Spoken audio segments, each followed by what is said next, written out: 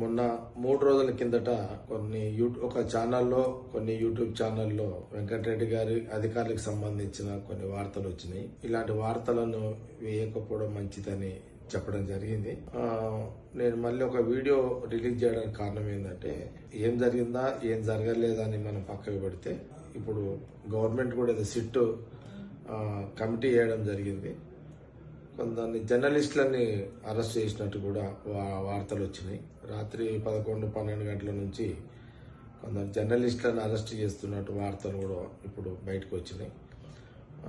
నేను సిట్ అధికారులకు కోరుతున్న ఏంటంటే, సరే కొంత మీకు కూడా ఆవేదన ఉంటుంది, అధికారుల మీద కూడా వార్త వచ్చింది కదా అనే ఫీలింగ్ మీకు కూడా ఉంటుంది. దాన్ని ఎవరం కూడా సమర్థించము.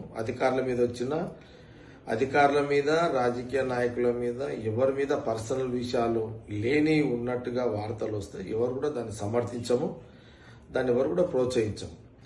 దట్టు మహిళా అధికారుల మీద అసలుగా ఎలాంటి వార్తలు వస్తే దట్టు ఎవరు కూడా మేము ప్రోత్సహించము.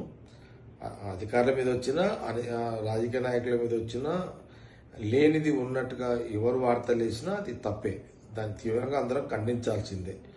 అది ఏదో దాన్ని కూడా మనం ఆల్రెడీ ఖండించినాము. అయినా సరే ఇప్పుడు కమిటీ వేసారు, గవర్నమెంట్ కమిటీ వేసింది. కానీ కమిటీ కూడా ఇంత అర్ధరాత్రి పూట అరెస్టులు జర్నలిస్టులను అరెస్ట్ చేయడము, ఎంక్వైరీ చేయండి.